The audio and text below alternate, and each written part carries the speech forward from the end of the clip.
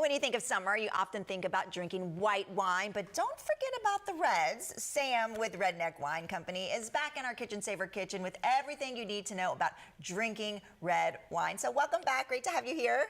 Great to be back. Yes. So we added a bunch of new champagnes by the glass to the Redneck Wine Company glass list. Okay.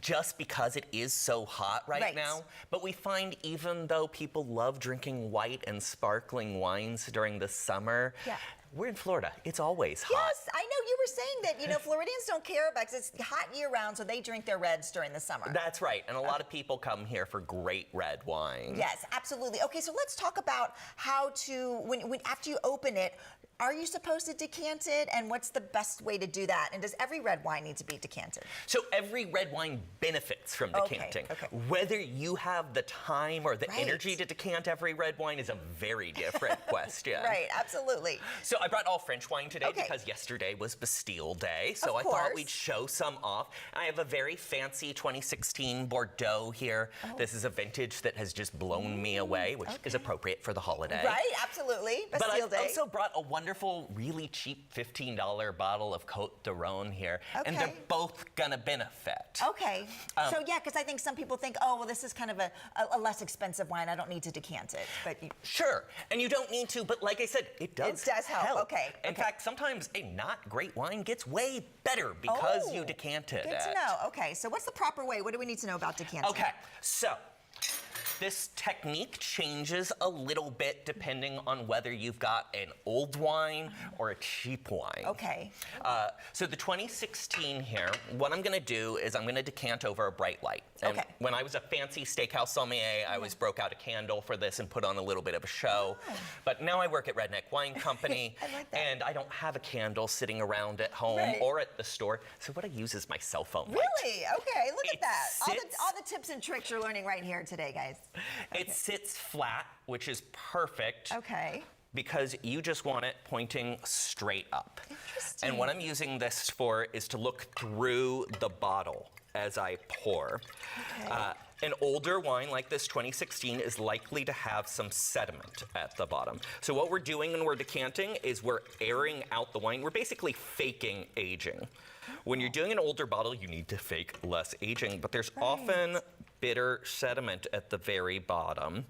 And so I'll go fairly fast at the beginning and then slow down a lot at the end so I can catch it all in the shoulder of the bottle right there. So you're trying to keep the sediment from going into the... Exactly. Oh, that's so interesting.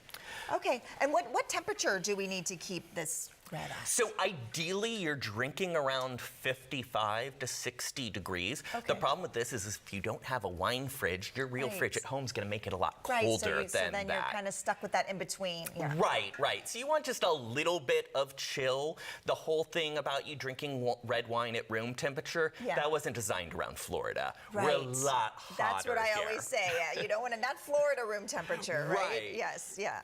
So that's how you do it with an old wine. But when you're doing it with a younger wine, especially something that doesn't have much age on it, that may not be the best wine on its own, you actually want to be a lot more aggressive about it. So that slow tilt that I was doing with the old wine, no. I'm going to open this up. Really? I'm going to turn it straight over. I'm going to let it gurgle and bubble out because that's the air mixing in. Really? Okay. And in fact, if I have a wine that's... So is the sediment thing not as important? No, the sediment develops as it ages. So you really shouldn't be dealing with that. That makes sense. Okay. Wow. And then how long should you wait? Should it be in the decanter before you drink it? That's really going to differ from wine to wine. My recommendation is to taste it right away, partially because that's fun. Yeah. But also it gives you a good impression of where the wine's at. Okay. If that wine, you get all the taste up front, but then it kind of cuts out and you notice your mouth's still wet, but you're not tasting anything. Okay.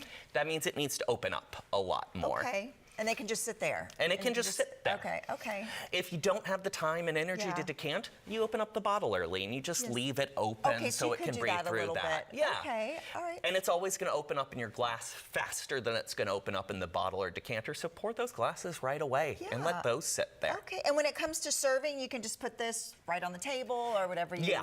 My big tip, if you don't have a decanter or if you're thinking about getting a decanter, is get a stand with it. The worst part about decanting is cleaning it after the fact. Okay. The red wine gets caught in all of these little shoulders. Interesting. So you leave it upside down, and if you have a decanter and don't have a holder, get a paper towel holder. Really? It'll work fine. Okay, I love all the tips. That's great. I also want to mention that even though we're talking about red wines there, you have plenty of white wines there in the back, and you just added some bubbles. Yeah, we've got 28 wines by the glass in our by the glass machine. We just added 4 champagnes to our glass list and a sparkling Cremant from Loire that you can do a nice spritz with. Nice. So you can come back and rent out our space. You can sit and drink at our bar, or you can just grab a glass while you shop and walk around. I love that. I know if you haven't been there, you got to go check them out. They're in South Tampa on McDill. So thanks for coming on and sharing all these tips with us. And if you want to find out more about the shop, you can visit their website, redneckwinecompany.com.